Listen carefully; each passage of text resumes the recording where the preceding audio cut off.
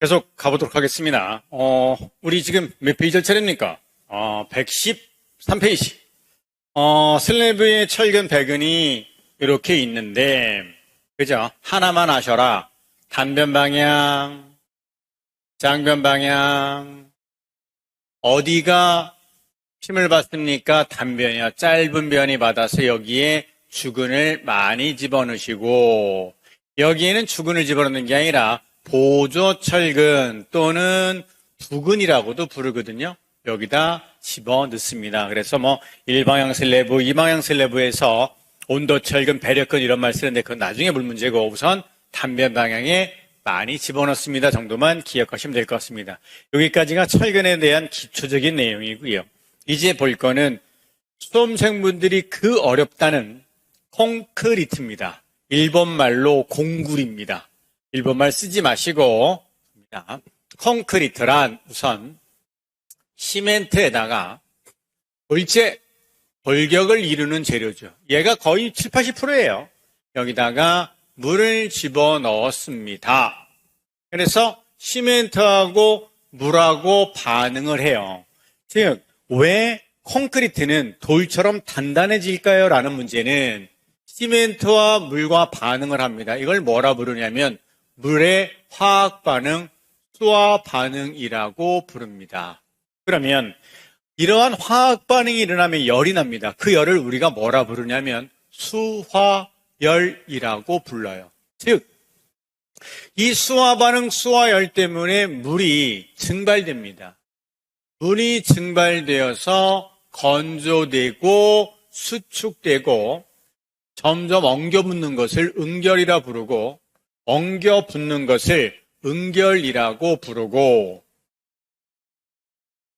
돌처럼 단단해지는 것을 경화된다고 합니다. 그러니 시작은 아주 미비하나 끝은 돌처럼 단단해지더라 이런 거죠. 시멘트와 물과의 반응을 수화 반응, 열이 나서 물이 증발돼서 건조 수축돼서 응결돼서 경화되더라. 됐죠? 그러면 골격을 이루는 재료인 골재에 대해서는 특별한 내용이 없을 것 같고요. 그러면 이놈 둘이서 반응을 했어요. 수화 반응이 빠르면, 즉 많이 뛰면 열이 많이 나겠지요. 그러면 물이 증발 빨리 될 거고요.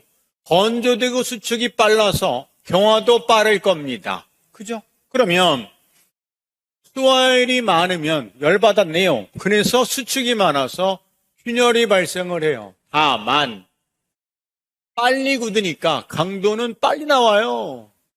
이렇게 되는 겁니다. 말을 바꿔볼게요.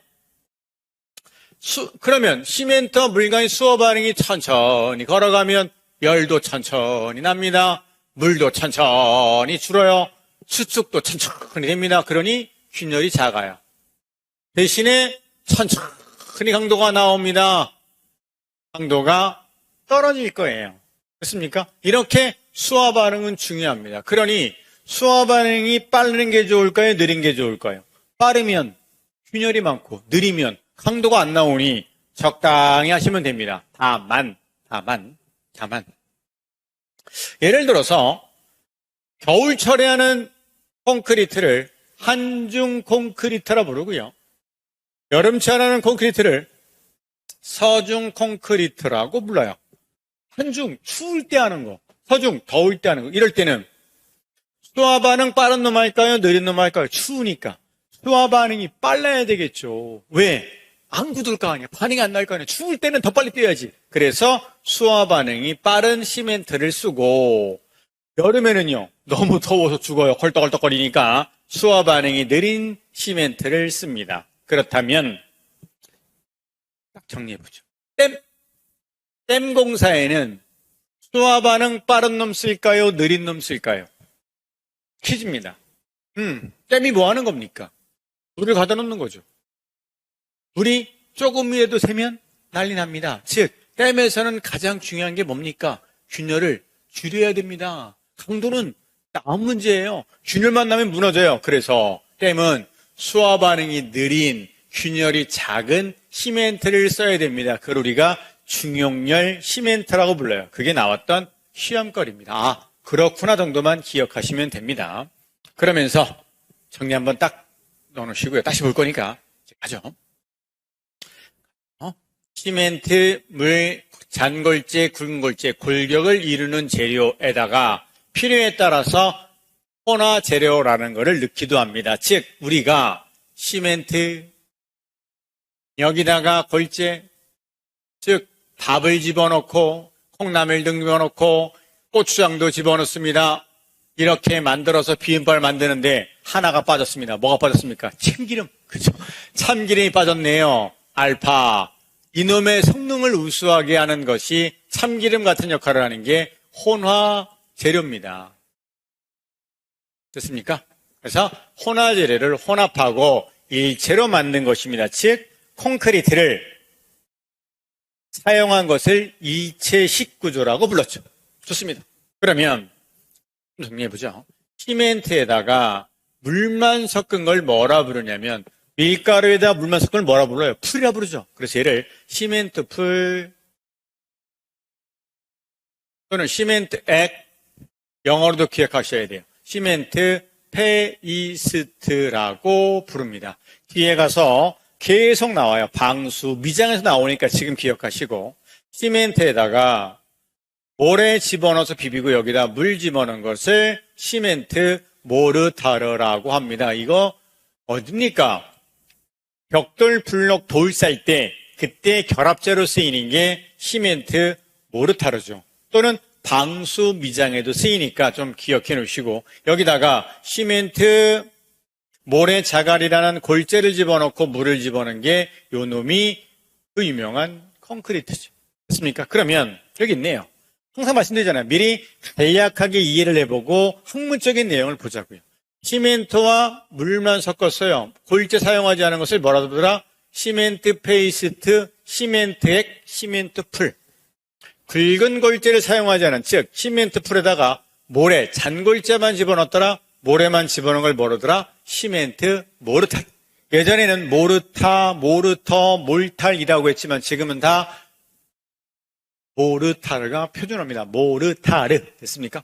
그러면 그거를 도면으로, 그림으로 만들어 보면 이렇게 되겠네요. 가보죠. 시멘트, 물, 잔골재, 굵은 골재. 됐죠? 여기에 빈 공간을 공극 또는 간극이라고도 불러요. 됐습니까? 그러니 시멘트와 물만 섞은 걸 뭐라 부르더라? 시멘트, 페이스트, 시멘트 액, 시멘트 풀. 시멘트와 물과 잔골재인 모래, 요 놈을 집어넣은 거를 시멘트 모르타르. 여기에다가 시멘트, 물, 모래, 잔골재, 굵은 골재, 자갈을 집어넣은 것을 뭐라 부르더라? 콘크리트라고 부릅니다. 됐습니까? 이런 것들은 의미 없고요. 됐죠? 거기 보니까 골재가 60에서 70%를 차지합니다. 그 정도 보시고요. 그래서 밑에 보니 콘크리트 재료가 시멘트도 있고요. 물도 있고요.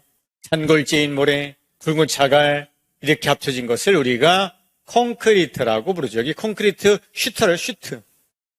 여기서 레미콘체 나오죠. 레미콘에 쭉 나와서 이게 콘크리트입니다. 아마 지금 보시는 건 핑크색이 많죠. 제가 핑크를 좋아하니까. 하지만 책에는 파란색 계열 나왔으니까 그런가 보다 하세요. 또 그걸 또 화내지 마시고. 됐습니다. 콘크리트가 뭔지, 수화 반응이 뭔지 정확히 보시고요. 114페이지. 이제 시멘트부터 보지요.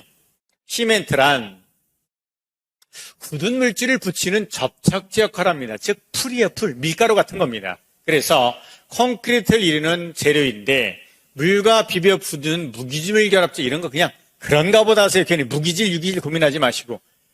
또는 미장용 접착제 중 가장 많이 쓰입니다. 그래서 우리가 시멘트 모르타르를 미장에 쓰지요. 즉 시멘트는 우리가 쓰는 시멘트는 포틀랜드 시멘트입니다. 됐습니까? 그래서 1종 포틀랜드, 2종 포틀랜드, 3종 포틀랜드 여러 가지가 있습니다. 그냥 그런가 보다 하시고. 됐습니까? 그러면 수화 반응 한 번 더 보죠. 시멘트와 물과의 화학 반응을 뭐라 부르더라? 수화 반응. 이때 응결, 서로 이렇게 보니까 반죽돼서 엉겨붙는 걸 응결, 돌처럼 단단해지는 것을 경화라 부르죠. 이것을 수화 반응이라 부릅니다. 그러면 시멘트와 물과의 수화 반응에 동시에 열이 나온다. 이거를 뭐라 부르더라? 이 수화열 때문에 응결경화는 빨라져요. 하지만 콘크리트가 건조 수축이 발생해서 균열도 날 수가 있습니다. 그러면 언제 수화 반응이 빨라질까요? 당연히 온도가 높으면, 더운 여름날에 열 많이 날 거 아닙니까? 그죠? 온도가 높을수록, 즉 시멘트가 빨리 높겠지. 그 다음 시멘트 분말도가 높다는 얘기는, 분말도가 뭐냐면 입자의 작은 정도를 분말도라고 부릅니다. 입자가 얼마나 작으냐? 분말이 되는 정도, 입자의 작은 정도를 분말도라 부릅니다. 그러니 분말도가 높다는 얘기는 입자가 크다 작다. 아주 입자가 점점점 작아져요. 입자가 작은 것을 분말도가 높습니다. 즉 굵은 소금과 가는 소금을 물에 녹이면 누가 더 빨리 녹나요? 가는 소금이 물에 빨리 녹습니다. 빨리 녹는다는 얘기는 수화 반응이 빠르다는 얘기예요. 그래서 온도가 높을수록, 즉 물의 온도가 높으면 빨리 녹아요. 그 다음 소금의 입자가 작으면 빨리 녹아서 수화 반응이 빨라집니다. 빨라지면 열이 많이 나서 빨리 굳겠지만 균열도 많습니다. 조심하자고 했습니다. 밑에 응결과 경화. 시멘트 풀이, 즉 시멘트와 물이 시간의 경과고요. 강과야. 경과로 인해서 수화 반응에 의해 유동성, 동글동글 움직이는 성질이 상실하고 경화합니다. 액체 상태로부터 고체 상태로 변화해서 가는 현상을 응결, 엉겨 붙는 거. 그래서 시작과 끝을, 시멘트와 물이 만나면 바로 안 됩니다. 1시간이 지나고 10시간 이내라고 하네요. 이 정도 숫자는 기억하세요. 수화 반응은 1시간부터 섞은 다음에 1시간 이후부터 시작해서 10시간 이내면 응결이 됩니다. 그리고 응결이 끝난 시멘트 경화체는 시간이 경과할수록 수화물이 생성이 증가해서 입자 사이가 치밀하게 세워지면서 경화가 진행되어 강도가 증가되는 경화 현상이 발생합니다. 즉 시멘트와 물을 합치면 1시간 이후부터 10시간까지 응결이 되고 그 뒤로 시간이 지나면서부터 돌처럼 단단해지는 경화 현상이 발생을 한다고 했습니다. 잘 정리해 놓으시되 1시간 이후부터 10시간 이내까지는 정리해 놓으시고요. 좋습니다. 그래서 시멘트의 성질이네요.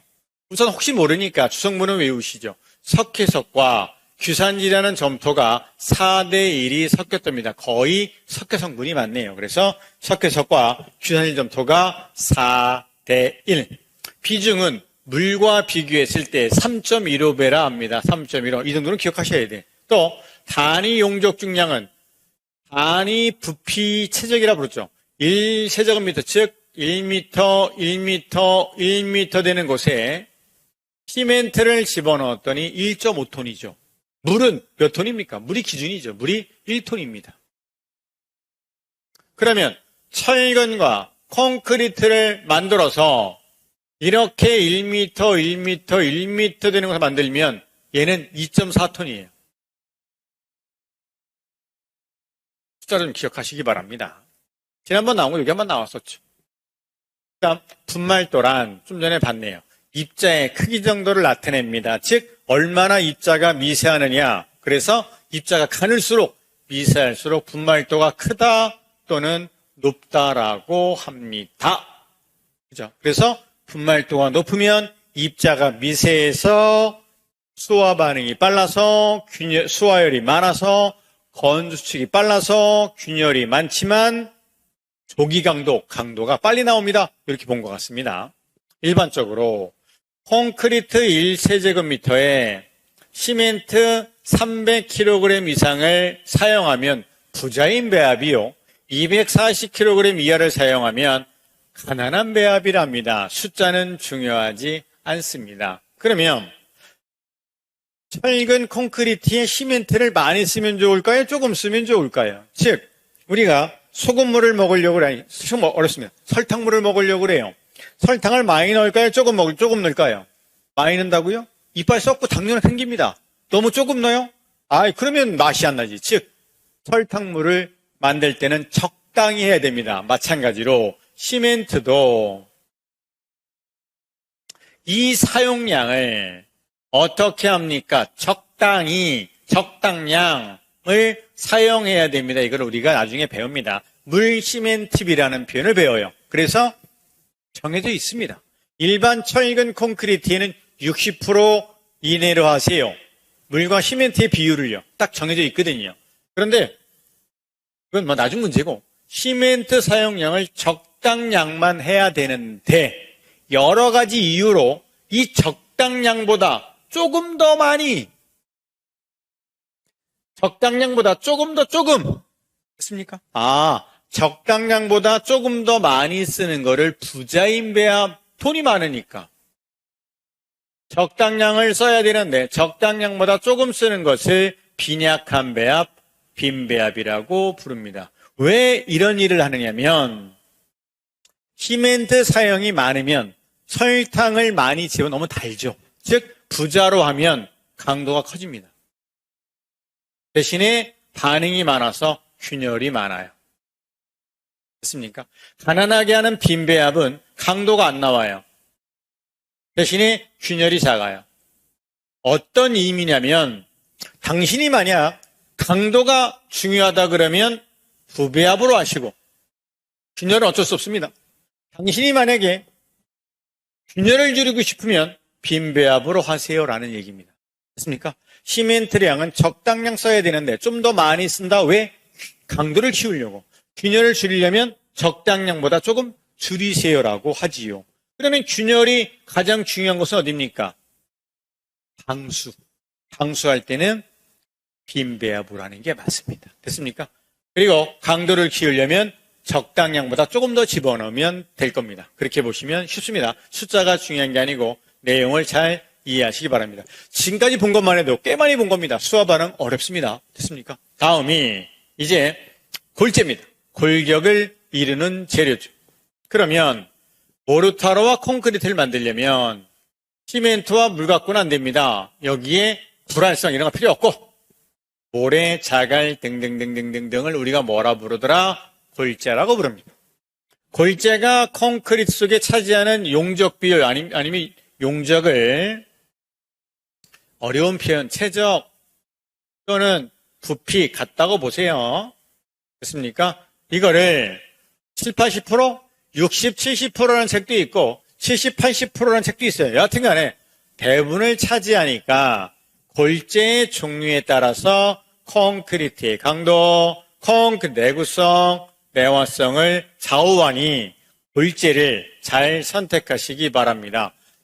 쉽게 말하면 저처럼 몸이 가늘고 뼈가 가는 사람들은 약해요. 하지만 뼈가 튼튼한 사람, 골격이 튼튼한 사람들이 강도도 크고 내구성 크고 불에도 잘 견딥니다. 라고 이해하시면 될 것 같습니다. 다음 보죠. 혼화재료입니다.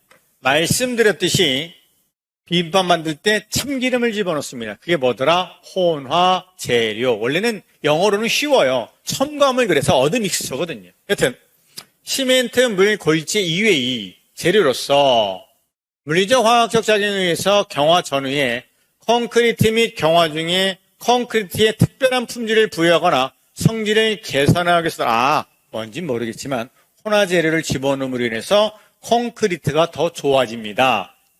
비빔밥이 더 맛있어집니다. 라는 얘기고요.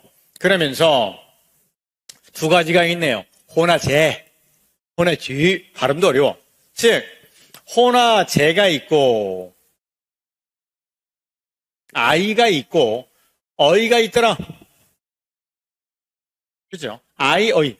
그래서 지금 보니 아이는 양이 좀 더 많고 얘는 양이 적죠.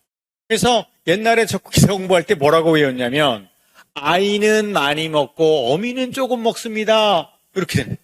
그래서 아이는 사용량이 많아서 배합 계산에 포함되고 시멘트, 모래, 자갈물의 배합의 계산에 쓰이지만 혼화재는 사용량이 적어서 아예 소량이라서 배합 계산에 무시하더라 필요가 없다고 봅니다. 그렇죠? 그래서 혼합재와 혼합질을 잘 구분하시기 바랍니다. 좋습니다. 여기까지 한번 보죠. 여기까지가 콘크리트를 구성하는 재료에 대한 내용을 봤어요. 그럼 이제 콘크리트의 성질을 좀 보죠.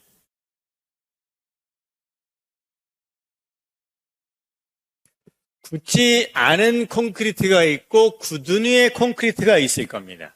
콘크리트를 비빈 직후부터 거푸집 형틀이죠, 형틀. 얘를 영어로 폼이라고도 합니다. 왜요? 콘크리트란 놈은 처음에는 굳지를 않아요. 그래서 유동성이 있다고요. 그러니 일정한 형태를 만드는 틀이 있어야 돼. 그거를 거푸집이라 부르죠. 거푸집을 만든 다음에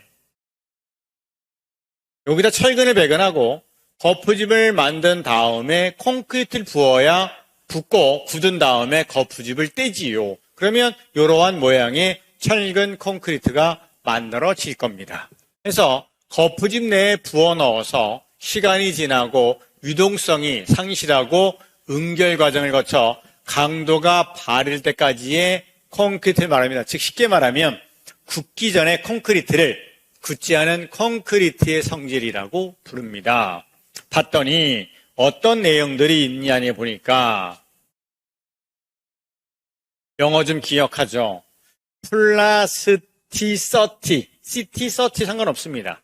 서티를 우리가 끈적한 정도 점성이라 부르고 아니면 또 얘를 성형성이라고도 부릅니다. 두 번째, 피니셔빌리티는 피니쉬가 마무리죠. 마감하는 정도. 컨시스턴시는 유동성 정도입니다. 이런 것들이 재료 분리가 시멘트는 시멘트끼리, 모래는 모래끼리, 자갈은 자갈끼리 따로따로 모이는 것을 재료 분리라 불러요. 재료 분리가 되면 안 되겠지요. 그래서 저항해야 되고 꽉 차야 되고 잘 움직여야 돼서 균등한 질이 나와야 됩니다. 이런 얘기예요. 그냥 그렇구나 정도만 보시면 됩니다. 그러니 이런 용어들을 다 배워야 되겠지요. 맞습니까? 그러면 밑에 보니 이런 내용이겠네요. 컨시스턴시는 또는 슬럼프 시험이라는 걸 이렇게 하는군요. 재료 분리가 되면 안 되겠어요. 저항이라는 얘기는 안 된다는 거죠. 그래서 재료가 따로따로 놀면 안 될 것 같습니다. 그 다음 충전성 꽉 채워야겠지요. 중간에 뻥뻥 뚫리면 구멍 날 거 아니겠습니까? 유동성 잘 흘러내려가야겠지요. 그 다음 마감성 피니셔빌리티 잘 마무리 이걸 우리가 흑선이라고 부르죠. 흙으로 만든 손이 아니라 이렇게 하는 거를 문대는 거를 흑선이라고 부릅니다. 됐습니까? 그러면 이제 영어 단어 외우러 가지요. 영어 단어 외우러 갑니다. 반죽이 지냐 안 지냐를 정확하게 합니다. consistency. 그렇죠?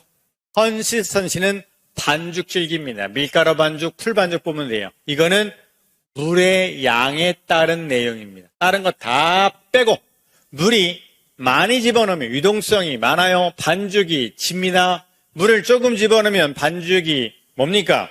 뻑뻑합니다. 라는 반죽 질기를 consistency라고 합니다. 수량의 다소에 따라서 유동성 정도를 말합니다. 시험에는 쉽게 나온다고 그랬습니다. 스펠링은 필요 없고 consistency. 두 번째, 시공 연도를 영어로도 기억하시고요. 워크가 일하다고 일하다는 능력을 어빌리티 합쳐서 워커빌리티.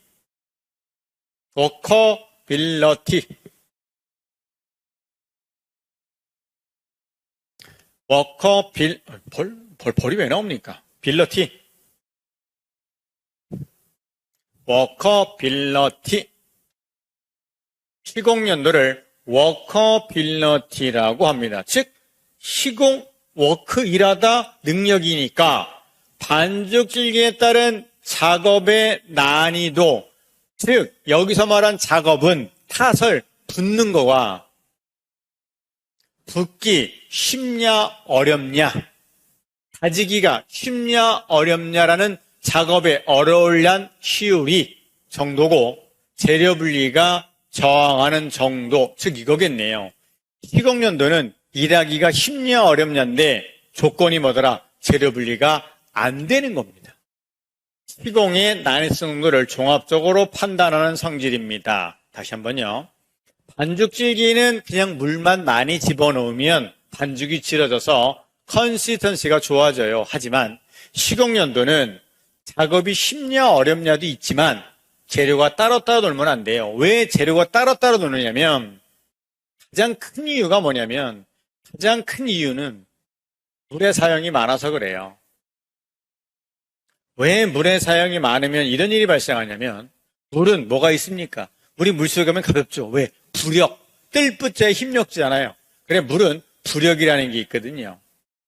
부력이 있다 보니까 가장 무거운 자갈, 그 다음 모래, 그 다음 시멘트, 물이 따로따로 놀아요. 이걸 뭐라 부르냐면 재료 분리라 부릅니다. 그러니 물을 많이 쓴다고 해서 시공연도가 좋다는 말을 하면 안 됩니다. 왜? 재료 분리가 안 돼야 되거든요. 그런데 자꾸 현장에 가면 물을 집어넣어요. 왜? 비비기도 쉽고 붓기도 쉽거든요. 그래서 자꾸 물을 집어넣어. 그러면 안 됩니다. 그래서 시공연도 워커빌리티는 작업이 난이성 정도도 있지만 뭐도 있더라? 재료 분리의 저항성 두 가지를 합쳐야 됩니다. 반죽질기, 컨시스턴시는 그런 말이 없습니다. 됐죠? 잘 정리하시고 그 다음에 슬럼프 시험, 플로우 흐르는 시험, 구간입 시험, 요걸 비비 시험이라 부르죠.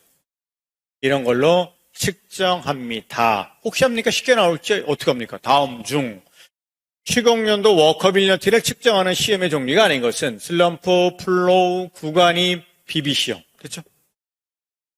가장 많이 하는 거는 여기 있는 슬럼프 시험이라고 합니다. 여기 있죠. 슬럼프 시험으로 많이 합니다. 영어 단어 외우시고요. 그다음 성형성 정도입니다. 거푸집에 쉽게 넣을 수 있고 재료가 분리되면 안 되겠대요. 그러면 성형성에도 재료 분리가 안 돼야겠네요. 얘를 영어로도 기억합니다. 플라스티서티. 플라스티서티. 요거는 중요한 게 아니고. 성형성을 플라스티서티라고 합니다. 영어 단어 기억하시고. 그 다음, 마감성 정도입니다. 마감이 잘 되는 정도. 이게 아니라, 그래서 피니셔에서, 피니셔빌리티. 아주 그냥 빌리티만 나옵니다. TTTTT. 그러지 마시고, 마감성 정도를 피니셔빌리티. 그 다음, 펌프로 콘크리트가 잘 가는지 안 가는지, 펌프의 이성성을, 펌프의 능력, 그래서 빌리티. 됐죠? 하나씩 가볼까요? 다시 한번 해볼까요? 반죽질기를 컨시스턴시, 작업의 난이도와 뭡니까? 재료 분리의 저항성을 합치 시공연도를 워커빌리티, 성형성 정도를 플라스티서티, 마감성 정도를 피니셔빌리티, 펌프로 잘 가는지 안 가는지 하는 걸 뭐라 부르더라? 펌퍼빌리티. 자꾸 제가 이렇게 발음을 억세게 하는 이유는 뭐냐면 시험에는 플라스티서티 이렇게 안 나옵니다. 플라스티서티 이렇게 나옵니다. 그러니까 있는 대로 발음하시기 바랍니다. 제가 발음을 안 좋게 하는 게 아니라 이렇게 해야 외워집니다. 됐습니까? 꼭 영어 단어 하시기 바랍니다. 영어 단어를 외우는 가장 좋은 방법은 뭘까요? 소시적 공부를 할 때 잘 보시면 영어 공부가 잘 안 돼요. 왜 안 되냐면 단어를 몰라서요. 단어는 왜 안 외워질까요? 하기 싫어서요. 왜요? 안 외워지니까. 왜 안 외워집니까? 하기 싫어서요. 왜 하기 싫습니까? 안 외워지기. 반복하지 말고. 왜 그러냐면 단어를 좀 외워야 돼요. 초등학교는 됐고 중학교 때 한 600~700개 단어면 되고 고등학교 때는 한 2000단어면 돼요. 토익시험 볼 때는 한 3000, 5000단어면 되는데 그게 안 외워져. 왜? 반복을 안 해서 그렇거든요. 자주 봐야 됩니다. 그래서 제가 제일 싫었던 게 중학교 때 이놈의 원투와 이놈의 웬수 같은 맨날 틀렸어. 저는 같은 줄 알았어요. 그랬더니 원하다. 얘는 고의 과거형이라며 그랬습니다. 결국은 반복밖에 없어요. 됐습니까? 그러면 반복에 대한 내용을 좀 더 가보죠. 잔소리 아닙니다. 공방법이에요. 시설계는 이렇게 하는 거라고 그랬습니다. 제가 서울에서 부산까지 갈 겁니다. 서울에서 부산까지 갈 겁니다. 기간은 한 달입니다. 서울에서 부산 가는데 중간중간 휴게소도 있고 뭐도 있고 쭉 휴게소가 있습니다. 휴게소 이름을 외울 거예요. 굉장히 많을 겁니다. 외우는데 한 달에 한 번을 가요. 한 달에 천천히 가는 거야. 한 달에 한 번 가는 겁니다. 부산까지. 그래서 외우는 거지. 어디 천천히 외웁니다. 이게 외워질 거냐? 아니다. 하루에 2번씩 가. 한 달 동안. 그러면 60분 왔다 갔다 해. 계속 왔다 갔다. 누가 더 잘 외울까요? 당연히 외우지 않을래도 하루에 2번씩 한 달 동안만 갔다 오면 외워집니다. 이게 반복의 힘이에요. 우리가 전철역을 외우려고 외운 게 아니라 계속 매일같이 아니면 자주 왔다 갔다 하다 보니까 외워진 것 뿐이지 우리가 누가 외우고 있겠습니까? 이렇게. 즉 자주 보시라는 얘기입니다. 시설계로는 이런 과목이에요. 회계나 민법은 자주 보는 과목이 아니라 깊게 들어가는 과목이죠. 우리는 시설계로는 알면 맞고 모르는 틀리는 과목이니까 자주 반복하시기 바랍니다. 어떻게? 얇고 그죠? 자주. 됐습니다. 그래서 서형성 플러스 30, 그 다음에 마감성 피니셔빌리티라고 했고요. 그 다음이 재료분리입니다. 재료분리란 얘기는 시멘트, 골재, 물이라는 콘크리트가 재료가 따로따로 노는 겁니다. 굵은 골재, 모르타르, 골재, 시멘트 페이스트 혼합되어 있는 콘크리트가 골고루 섞이지 않고 따로따로 놀아요. 시멘트, 모래, 자갈, 물이 있는데 잘 섞여야 되는데 따로 노는 것을 재료 분리라고 합니다. 따로 놀면 균열도 많고 강도도 떨어지고 내구성도 떨어지고 좋은 게 하나도 없습니다. 가장 큰 이유는 뭐더라? 이놈은 물이 많아서 그렇습니다. 결국은 물배만 찬 거죠. 그래서 재료 분리는 나쁜 겁니다. 그런데 우리가 지나가다 남자분들은 관심이 있다니까 가다 보시면 콘크리트 치고 나면 위에 물이 올라와 있죠. 물이 올라와 있다고. 왜 그럴까요? 이 물이 뽀글뽀글 올라와 있는 거야. 그걸 뭐라 부르냐면 블리딩이라고 불러요. 그럼 시험에 재료 분리를 내겠습니까? 블리딩을 내겠습니까? 출제연이라면 다음 중 이렇게 골고루 섞이지 않은 현상을 뭐라 부릅니까? 재료 분리라고 합니다. 이걸 내겠습니까? 아니면 단위 수량을 너무 많이 썼어요. 골재를 잘못 썼어요. 그래서 물이 윗면으로 올라옵니다. 이걸 뭐라 부를까요? 블리딩이랍니다. 어떤 문제일 것 같습니까? 출제위원은 왜 있다? 떨어뜨리려고 있으니 재료 분리는 안 내요. 왜? 쉬우니까. 그래서 블리딩을 내는 겁니다. 왜? 영어 단어니까. 그래서 여기 있는 플러스 30 피니셔빌리티를 암기하시란 얘기입니다. 어떻게? 자주 반복해서. 그러면 시험에 나올 이유는 재료 분리의 원인은 나오겠지요. 그렇죠? 대신에 블리딩은 용어가 나오는 겁니다. 읽어보죠. 물에를 너무 많이 썼어요. 골재를 제대로 사용하지 않아서 모르타르 등등이 이런 놈이 가라앉으면서 물이 올라오는 것을 블리딩이라고 부릅니다. 그렇죠?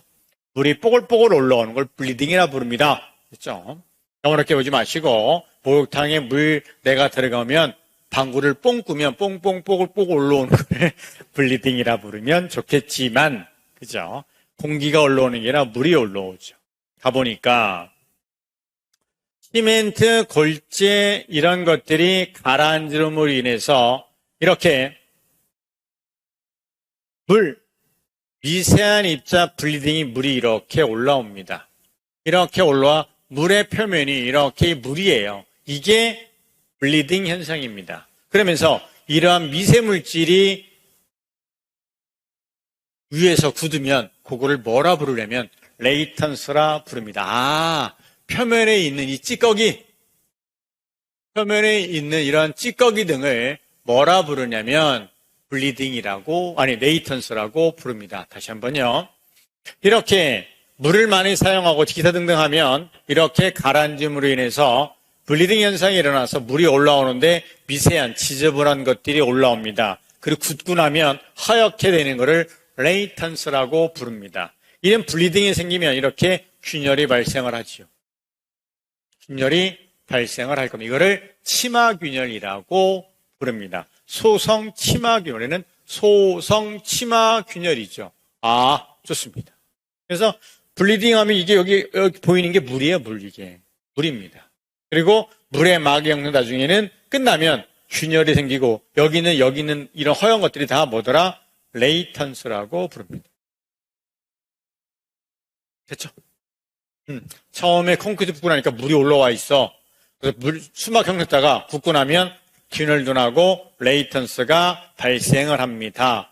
지난번 시험에 나온 거는 이런 현상을 뭐라 부릅니까? 블리딩이라 불렀어요. 다음에 또 나온다면 레이턴스가 나오겠지요. 그럼 이 레이턴스는 제거할까요? 그냥 둘까요? 반드시 레이턴스는 제거한 다음에 미장을 하든 도장을 하든 등등등을 해야 될 겁니다. 그렇게 보면 되겠지. 그림문이 확실히 좀 이해가 좀 편하실 것 같습니다. 좋습니다. 그 다음, 좀 전에 봤던 거는 굳기 전에 콘크리트 성질이고 이제는 돌처럼 단단해진 후에 성질은 기본적으로 강도가 있겠지요. 왜 압축 강도는 이름을 썼습니까? 콘크리트는 압축력을 감당하고 인장 강도는 아예 무시해버리니까 압축 강도가 제일 중요하겠지요. 그래서 콘크리트의 강도 그럼 뭐더라? 다 압축 강도입니다. 평화한 돌처럼 단단해진 콘크리트 성질 중에 가장 중요한 건 압축 강도입니다. 다른 강도에 비해서 매우 커서 콘크리트 부조 설계에서도 아주 유효하게 사용됩니다. 즉 인장 강도는 어떻게 한다? 10%밖에 안 돼서 설계할 때 무시해버립니다. 이렇게죠. 그다음 콘크리트 강도, 여기서 말하는 강도는 뭐라고요? 압축 강도는 일반적으로 표준 양생이란 뭐냐면 콘크리트를 부어요. 그런 다음에 이놈이 돌처럼 단단하게 굳을 거예요. 그걸 양생이라 부릅니다. 며칠하면 28일 압축 강도를 기준으로 합니다. 됐습니까? 콘크리트를 붓고 4주 28일 후에 압축 강도를 기준으로 강도가 크냐 작으냐를 판별해서 합격이냐 불합격이냐를 판별하겠지요. 표준 양생 재령 28일 또는 4주 압축 강도를 기준으로 해서 원추형의 공시체란 시험에 쓰는 물체예요.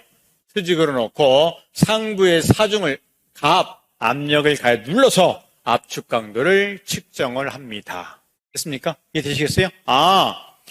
콘크리트를 붓고 28일 지난 다음에 공시체를 만들어서 눌러봅니다. 압축 강도를 구해봅니다. 그래서 4주 압축 강도가 15메가파스칼 이렇게 쓰죠. 요즘 단위가 바뀌어서 15메가파스칼. 이놈이 이상 나와야지. 이놈 이상 나오지 않으면 갖다 버리세요. 이런 거죠.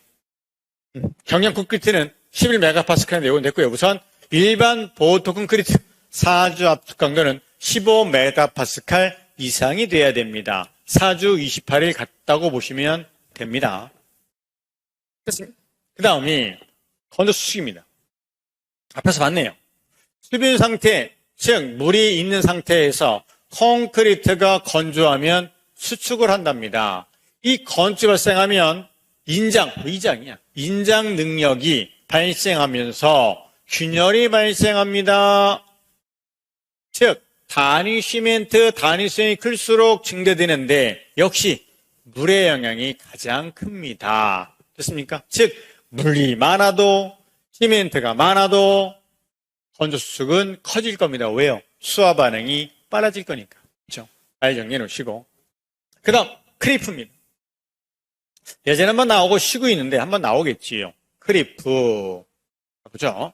영어라서 잘 나오는 거예요. 콘크리트에 하중을 가하는데 하중은 무너뜨리려는 힘입니다. 그러면 하중을 가할 경우 하중에 비례해서 변형이 발생했대요.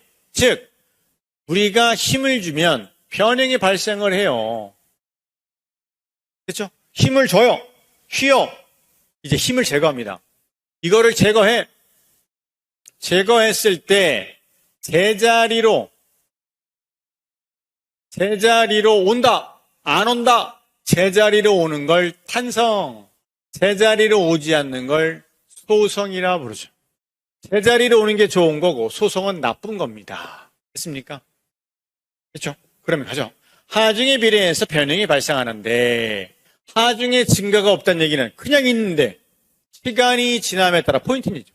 시간이 경과함에 따라서 변형이 증가될 때의 추가 변형, 소송 변형, 제자리로 오지 않는 변형이 발생하는 것을 우리가 크리프라고 불러요. 이런 거네요. 콘크리트 건물에 힘을 줬습니다. 힘을 빼면 제자리로 와야 되는데 이 상태 뒀더니 점점 무너집니다. 이걸 뭐라 부르더라? 크리프라고 부릅니다. 됐습니까? 용어를 잘 보시고 처음 28일 전체 크리프량의 50%, 4개월이면 80%니까 30%, 2년 내에 10%, 4, 5년이면 끝난대요. 그러니 언제? 초기에 크리프 양이 제일 크죠. 그래서 양생을 잘 해야 됩니다. 보양이라 부르거든요. 보양생을 잘 해야 돼요. 즉 어릴 때, 아기 때 잘 먹고 잘 키우고 했던 친구들이 커서도 튼튼합니다. 저처럼 이렇게 마르면 안 돼요. 어머님이 늦게 나셔갖고 절 대충 먹여 나옵니다. 됐습니까?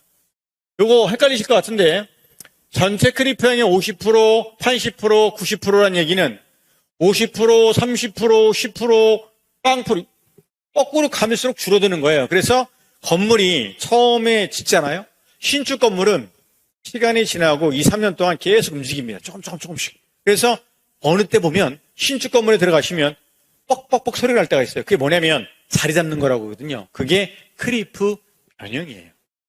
됐습니까? 그래서 초기에 크리프 양이 큽니다. 하나 보시고 역시 물과 시멘트 비가 클수록 크리프가 크다는 얘기는 건물에 균열이 많으면 당연히 크리프가 클 수밖에 없다는 얘기입니다.